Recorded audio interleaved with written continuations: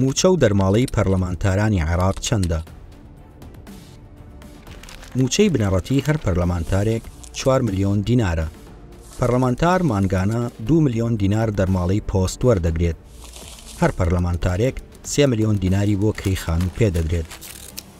دەرماڵەی خوێندن جیاوازە و بۆ هەڵگری دکتۆرا لە 100% موچەکەیەتی، ماستەر لە 175 و بەکەلۆریۆس لە 145 و دیبلۆم لە 135 موچەی بنەڕەتی.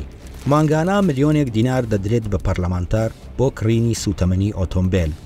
کۆی موچە و دەرماڵەی هەر پەرلەمانتارێکی عێراق مانگانە 11 بۆ 14 ملیۆن دینارە. کەمترینیان کە بۆ خاوەن بڕوانامەی ئامادەییە 11 ملیۆن دینارە. زۆرترینیشیان کە بۆ هەڵگری دکتۆرایە مانگانە 14 ملیۆن دینارە.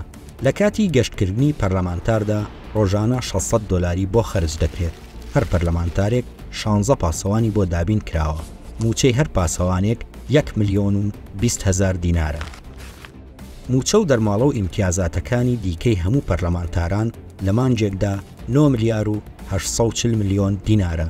پەرلەمانتار لە ماوەی 4 ساڵدا 1 ملیار و 300 ملیۆن بۆ 1 ملیار و 440 ملیۆن دینار وەردەگرێت.